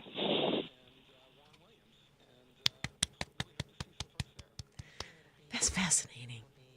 You think? That's kind. I really think I might go. I kind of like that stuff. We have some callers. 773-763-9278. Give us a call on our Credo mobile text lines, too. Let's hear from you. Anybody texting? Nobody texting either? I know, it's Monday. It's Monday, and it's a beautiful day, so people are out not listening to the radio because it's doom and gloom, and Chicago's under siege, and it's a hot mess. So, why don't we take a break? Get ready for Mike. We'll be right back, everybody. Listen up, fellow timeshare owners. If you're a timeshare owner and you want out at all costs, you're done. Frustrated, tired of wasting money, you don't use the darn thing. Get out now. Hire the best Bulldog timeshare cancellation team in the business. Their in-house legal team, headed by a timeshare cancellation lawyer, can help you fight the biggest and baddest companies out there that sell timeshare. At some point, you were using your timeshare, but now you're not, and you're tired of wasting money. Before you go to the poorhouse, Call right now and learn how you can stop the maintenance fees and put more money back in your pocket. Their services cost you a lot less than you think, and you'll save a lot of money over time. Call the Timeshare Exit Hotline now. It's a free consultation. 800-296-0150. 800-296-0150. 800-296-0150. That's 800-296-0150. Fall is here and colder nights are on the way. Is your home ready to stay warm and energy efficient? Green Attic is Chicagoland's trusted expert in attic insulation, spray foam, crawl space encapsulation, and mold remediation, solutions that seal in comfort and cut down on high heating bills. If your upstairs feels drafty or your heating system is constantly running, your attic may be to blame. Their team helps balance temperatures and reduce energy waste from the top down. They also offer full-service roofing through Green Attic Roofing, covering asphalt shingles, flat roofs, premium roofing solutions, and solar panels. Every project comes with a 10-year labor warranty and instant online estimates to help homeowners replace aging roofs before winter sets in. With over 15 years of experience and over 1,000 five-star reviews, Green Attic delivers real comfort season after season. Visit greenattic.com for a free installation consultation or go to greenatticroofing.com for an instant roofing estimate today. You're listening to WCPT 820. Here's the latest Chicago weather update. Increasing clouds today with areas of showers and storms towards evening. We're at a high of 83. Tonight, areas of showers and storms, low near 60. On Tuesday, areas of showers and storms possible early on. Mainly cloudy, high of 66. Tuesday night, mainly clear, low near 50, high 64. Wednesday, sunny. More sunshine on Thursday and Friday, under some high pressure. We're at a high in the mid-60s. From the Weatherology Weather Center, I'm staff meteorologist Laura Lockwood. Right now, 68. Chicago's Progressive Talk, WCPT 820, where facts matter. It's Choose You with Richard Chew. Filling in for Richard Chew, it's none other than Michelle Peltier. And we're back. 773-763-9278. Our Credo mobile line. And remember, you can catch us on Facebook Live, Twitter Stream, TuneIn Radio, SoundCloud, Heartland Signal Digital Newsroom. And also, remember, after our show, Stephanie Miller, followed by Tom Hartman, and then our own Joan Esposito, live, local, and progressive from 2 to 5, and Driving It Home with Patty Vasquez from 5 to 7. All on WCPT 820 AM. Okay, so now we are going to bring on a regular to a family member of the show, Mr. Mike Nellis. Good morning, Mike. How are you? I'm good today. How are you? I'm hanging in there. I saw you were on News Nation. Was that last night? Or the night before? I was on News Nation yesterday morning at 6 a.m. I usually do the Sunday morning shows, and I do Leland's show in the 8 o'clock hour during the week. Okay. So catch us up to date. What's happening? What do we need to be looking out for? Well, yeah, I mean, I think everybody in the city of Chicago needs to be looking out for ICE agents because they are terrorizing this city, indiscriminately going after people because of their skin color, and it's completely ridiculous. The videos you see on social media are some of the most horrifying stuff. If you saw it in a third world country, you would be outraged. It's happening in our backyard. And it's unrecognizable. It doesn't look like home. No. And at this point, like, I mean, you could reset the political paradigm for a second. They're tear gassing Chicago cops. Yeah. There's a ton of videos of them tear gassing cops. This morning, the local CBS affiliates reporting that ICE was making fake police calls about people trying to climb the gate in front of the detention center in Broadview. So they deployed a bunch of police officers there. Then they find out they were just mad because there was a guy across the street filming for a TV hit. So the whole situation is ridiculous, and I don't know how this ends. I don't know what the end game looks like here, but now they're calling up 300 National Guard troops that are going to be here. They're claiming that Chicago is lawless. They continue to lie about the city. I don't know. I don't know, but I'm very worried for our neighbors and very worried for our friends. I live not far from a school that has a significant Hispanic population of kids. I'm worried for them to pick up and drop off time. I really don't know right now. Let me tell you, I think that this is being done intentionally to provoke us. I think that they want us to draw first blood, if you will. And then it can be just total mayhem in the streets. But they don't want to start it, if you will. I'm doing air quotes. They want it to seem like we're starting it. So they're just coming in. I mean, that raid the other day, it's very, very frightening. With the helicopter? Yep. It's just, it's frightening. It's completely ridiculous and un-American at its core. And I don't believe this is what people voted for. I really don't. Even people who voted for Donald Trump. Like, Donald Trump was out there saying he's going to secure the border, which is a good thing. I have no problem with that.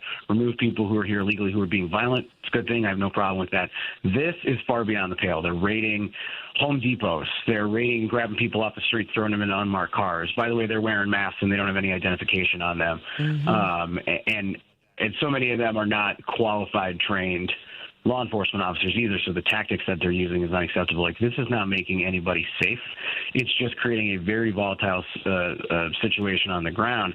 And I agree with you. I think they want to draw first blood. They want to see the city of Chicago fight back so that they can justify federalizing more of the National Guard and bringing troops here, and that's what they did in L.A. Yep. Ultimately, it didn't work for them. The most important thing here is twofold. One, for people to the extent that they can, use their bodies to defend our neighbors in the most peaceful way possible. Right. So keep showing up to the detention facility, keep trying to defend people. I saw a video yesterday of a man who was about to be grabbed and thrown into a car, and a bunch of their neighbors on the south side stopped it from happening. So like some of these guys are cowards, maybe not all of them, but some of them are cowards.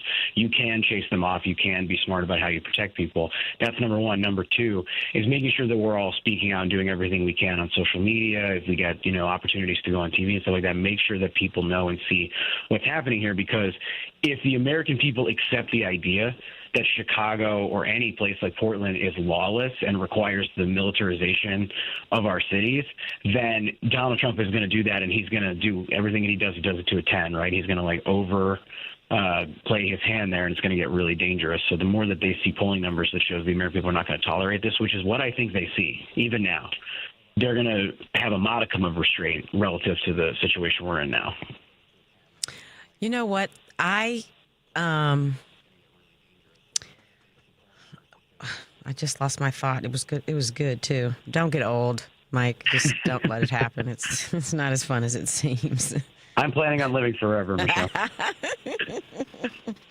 I will say though that I think that in the midst of everything that's going on, that Chicago and the state itself we've handled ourselves pretty well, considering we've been bombarded with DT always talking about Chicago and how horrible it is. I mean, he's been doing that for years, right? So I think just in terms of us as a population, we've handled it really well. I think we've been pretty fortunate that way, but I'm hoping that we will continue to rise and, combat this craziness without any violence. I feel like we're committed to that, though. Yeah, I think this city has handled this extraordinarily well. And even just take a step back, this has been decades and decades of framing the city of Chicago and really any democratic city as, lawless, third world, everything's terrible. And you and I know the truth, which is that this is the best city in America. This place is absolutely awesome. Yes. Yep. Mm-hmm. I'm a transplant. I moved here 5 years ago. If I was to get a tattoo, it would be like of the map of the flag. Excuse me. And I adore this town. I adore the north side. I adore the south side. I love the people here. It is like just the best place to live. And, maybe not so much in the winter, but every other time is a joy. Well, look, the winters are getting shorter. Come on, it's going to be 80 degrees I know. Today. Well, that's, my wife and I were talking at dinner last night about when we decided to move here. Like, one of the things that was on my criteria was, like, good place if climate change gets bad, But, They're going to try to provoke us, and I think the city and its residents have been really smart. But something we also need to be mindful of is false flags of other people who come in, instigate, and agitate to make it worse. There were two people who were caught on tape over this weekend putting masks on and acting as if they were protesters and getting violent and agitating ICE agents. And when they took their masks off, they turned out to be two MAGA influencers. Sure. And I don't remember either of their names, but I think one of the guys' names was Jesse. I didn't know him, but I saw the report of that. And so there's going to be more people who do that. That happened all over the George Floyd protests. Like, the Republicans love to come in. That's what I was going to mention. Go, Yep. Mm-hmm. yeah. Yep. They love to tell you how violent everybody was during the George Floyd protests, but 99.9% of the people who were out there were peaceful. And I'm sure that there were some yahoos doing really stupid stuff, and that happens during those situations. But there were also people who were out there who were anarchists or, right-wing agitators that were just trying to make it worse, and then the right grabs onto that to define us, and we can't let them define us either like that. I agree. Where are you a transplant from? Where'd you come from? I grew up in Nebraska, and then I moved to D.C. 10, 11 years ago, and I was out there for 5 or 6 years, and I knew I wanted to stay in a big city, but I didn't really like the East Coast. Like, no offense to my East Coast brothers and sisters, they're just a little colder than I'd like them to be. I prefer good Midwestern people. Like, I talk like an East Coaster because I was raised by two people who grew up in Scranton, Pennsylvania, but I'm a good, polite Midwestern boy at heart. Nice. I'm a transplant, too. I've been here over 20 years and love it more now, even with all this chaos, than I did when I moved here. Where from? Kansas City, Missouri. Oh, Kansas City's great. Go I love Chiefs. Kansas City. KCK or KC Mo? Mo. All right. Just checking. You just gotta know. You know the answer. I was in a past life. I was the digital director for the Kansas Democratic Party, so I was all over Kansas. And KCK, not my favorite place. KC Mo. The only thing about KCK that's good is it has a casino. I can't imagine this is interesting to your listeners. They love it. What's going to happen? What's next for you, Mike? I think it's going to be a lot of pushing back this week on the shutdown. I think this is the strangest government shutdown I've ever seen because there's exactly zero urgency from one political party to solve it. The Republicans aren't even showing up for work. Yeah. So we're talking a lot about that. I'll be talking a lot this week on ICE. For those that don't know, I have my own show. It's called Endless Urgency. It's a Substack show. We go live every day at 5 o'clock. Today I have a bonus episode at noon, I think, with Stephanie Miller after she does her show after you. Yeah, I love Stephanie. Mm-hmm. I do too. She's great. Well, so I saw your Substack, but I'll have to look at your show too. Yeah, it's fun. We have guests all the time. I try to look it up and see who we have today because I haven't quite looked at my schedule yet. Today at 5 o'clock Eastern, 4 o'clock Central, I have Malcolm Kenyatta, who's the DNC Vice Chair, is going to be on the show. So we'll be talking about the shutdown. We'll be talking about ICE. We'll be talking about a whole bunch of other things. Let's see. I know Wednesday I've got our mutual friend Edwin, who's on. Edwin Ederath, I think I pronounced his last name. He's a good dude. And I've also got every Tuesday at noon Eastern, I go live with Katie Fang, former MSNBC host. And we have a show where we talk about anything other than politics. We just talk about life and how we're doing. And you and Katie Fang do? Me and Katie Fang, yeah. That's kind of cool. Very cool. Yeah, I love Katie. She's a great person. I'm a fan. Well, I appreciate you being part of this family, the Choose Views family. I listen to you when you're on. Who doesn't? Honestly, the man is amazing. He's a good dude because he'll check in on me when I'm getting death threats on the internet or something. But he'll also just text me at in the middle of the night, being like, "I found a Denzel Washington movie from 1992 that I think you should watch." Which is great because I'll wake up in the morning with just never knowing what the text is. And then, do you watch the movie? I watched one of them. I forget which one. There was some Denzel Washington movie that he was like, "You have to watch this because there was something that you said on this show that reminded me of this monologue that Denzel Washington gave." And I was like, "All right, man, I'm in." He's a good dude. I have a couple of things that I suggested this morning and will always suggest from here on out is that even though we're in this battle, this fight, we're going to lose some battles, but we're going to win the war. One thing I'm telling the listeners today and the rest of the week is to just always be knowledgeable, know what's happening, but we should always be kind. And I would like you to follow up my sentiment with your own. Yeah, I would tell people to be kind. I would tell people to be, I worked for Kamala Harris for a long time. She would tell you to be a joyful warrior. I feel like that is right. What I remind people about kindness, though, because I think there's a misnomer, is that you can be kind. Doesn't mean that you're weak. Doesn't mean you're not tough. Doesn't mean you're not strong. Kindness is a strength. Empathy is a strength. So caring about others, I think, should be central to everybody's identity as human beings. But there's a lot of people that I think seem to miss and skip the empathy gene, one of which sits in the Oval Office right now. For sure. But you can be tough and go defend your neighbors and go stand up to these ICE agents and go call your member of Congress and demand they end this government shutdown and call out Donald Trump online. Do everything that you're doing, whatever you're doing out there, people who are listening, that is part of this broader opposition movement that we're building, whether it's big, whether it's small. I talk about it on my show all the time. It's people keep looking for like one person that's going to save us. They keep looking for one big idea that's going to get us out of this, and there's none of that's coming. Nobody's coming to save us. Right? Exactly. But a million little acts of resistance is what keeps this country going, is what keeps us all alive. And you don't know what those acts of resistance look like. Sometimes it's just checking in on a friend. Sometimes it's just, yesterday I have a 6-year-old son, and he got this project at school. It's a community-based project to, like you got to do something for your neighborhood, basically, and then you got to write about it. And he comes up with the idea. He's like, I want to do trash pickup. Like, we're going to go walk around the neighborhood and we're going to pick up trash.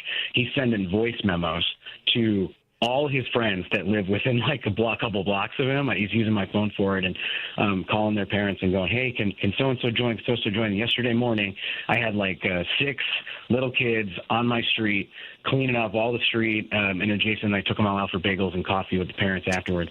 And that was an amazing act of resistance by my son, who has no idea what's going on right now in the world, which is how I like it.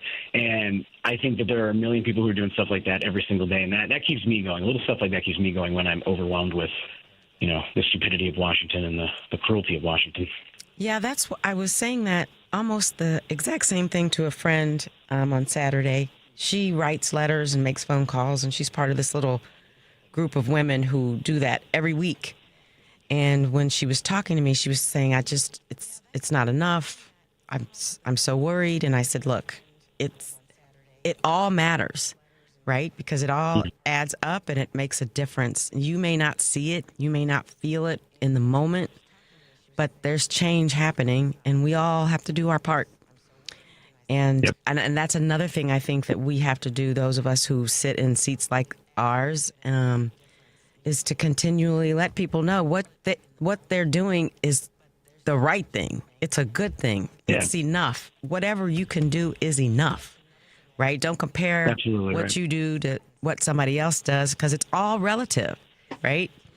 So I think I agree with you. I think everything matters. So good for your son.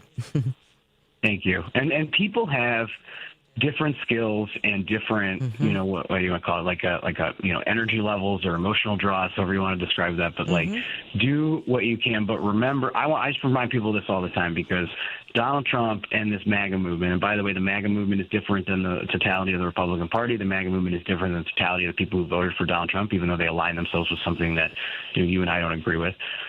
Donald Trump is not popular. His approval rating is hovering at best in the low 40s. If I had to guess, push comes to shove, it's in the high 30s, given the state of the economy. And he's underwater on every major issue. And there's a poll yesterday, I believe it was CBS with YouGov, negative 30% on the economy, negative 30% on the tariffs, negative 10% on immigration, negative 5% on crime. He is not popular, even on his baseline totem pole policies on issues that he should be popular on. That would be like Barack Obama being 15 points underwater on healthcare. That's how I would describe that to you. And so they act like Donald Trump's out there going, I have a 67% approval rating and the media won't report it. Lie. Why won't the media cover the fact that I won in a landslide election? Well, because you didn't. You won by 180,000 votes in 3 states.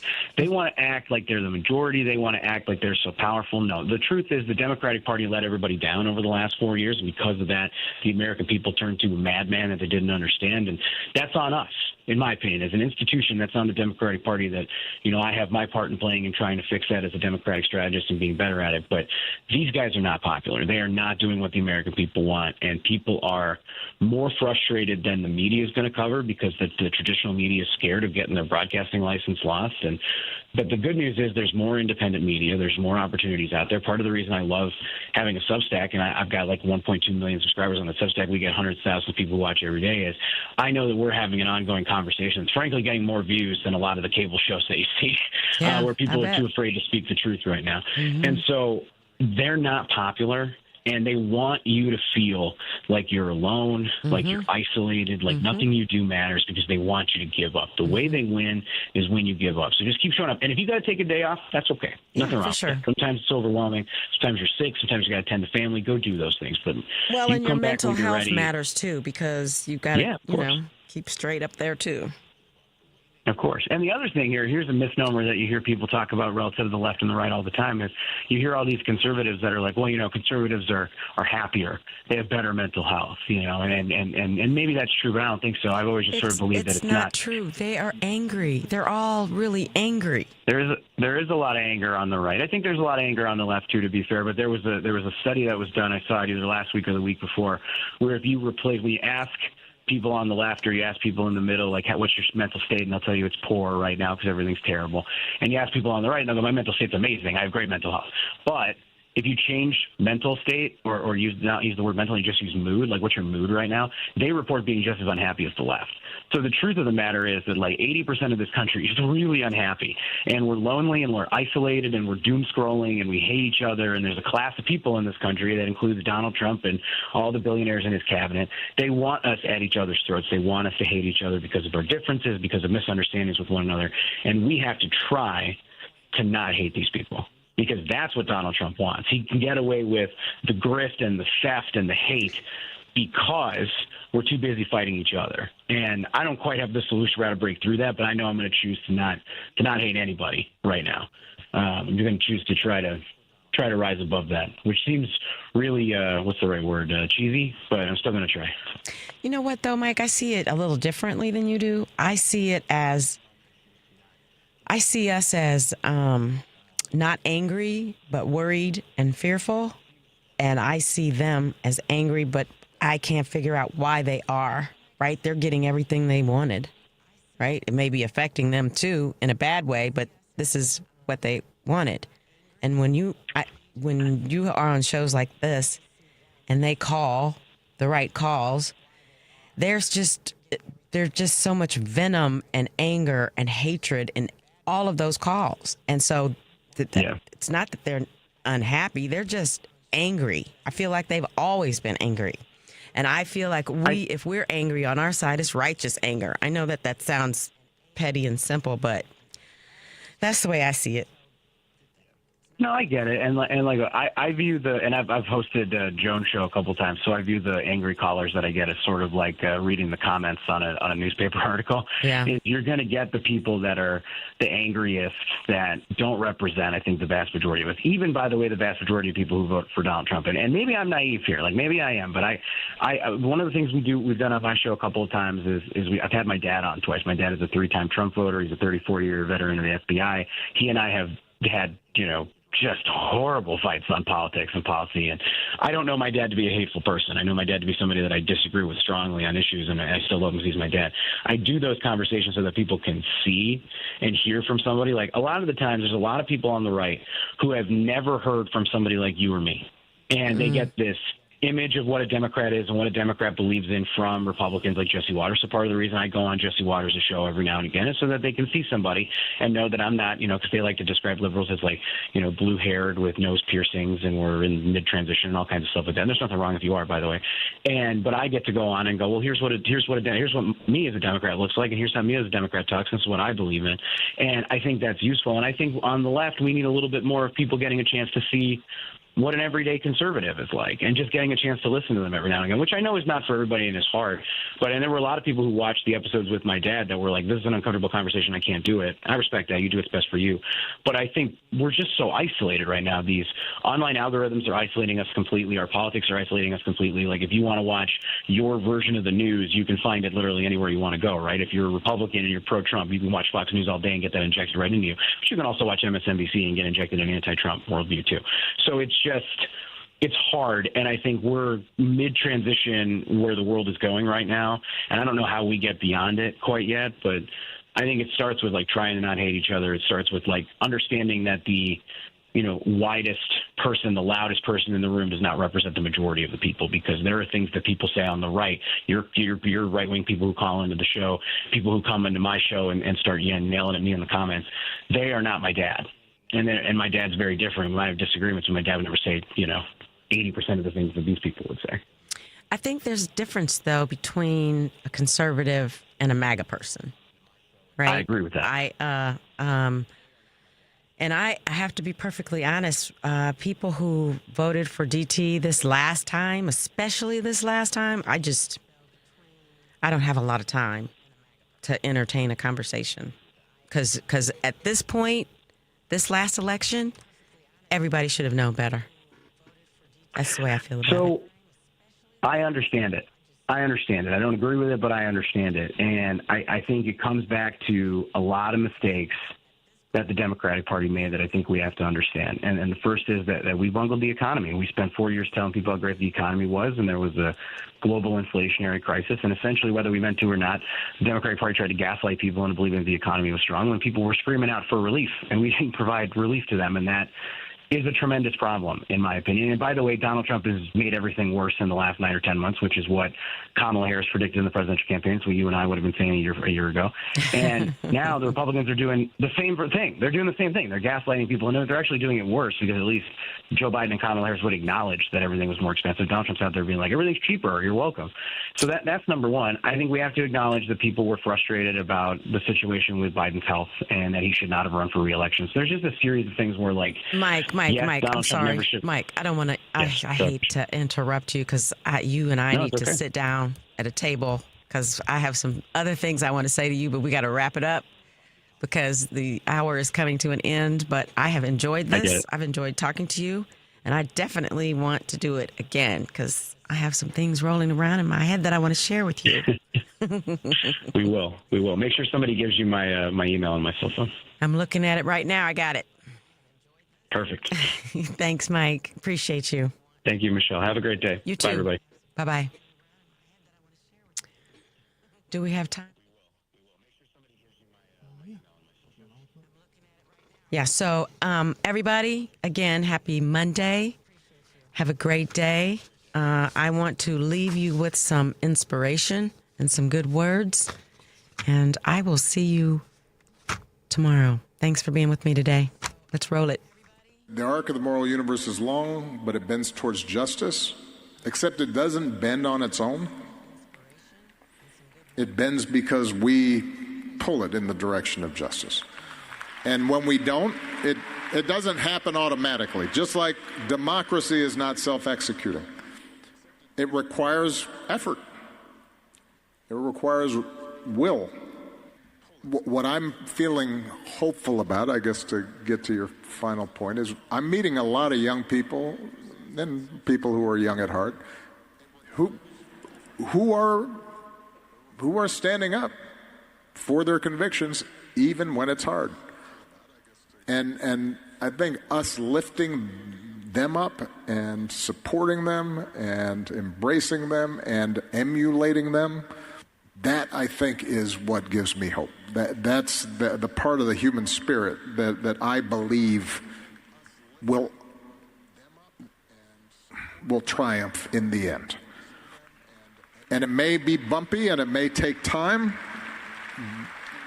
but yes, I that's one of my convictions that I act on. I try to act on every single day. That's what I believe. It's a leap of faith that I think is worth making. Constipation with belly pain that keeps coming back and back and back. If your symptoms keep coming back, talk to your doctor. It could be irritable bowel syndrome with constipation or IBS-C.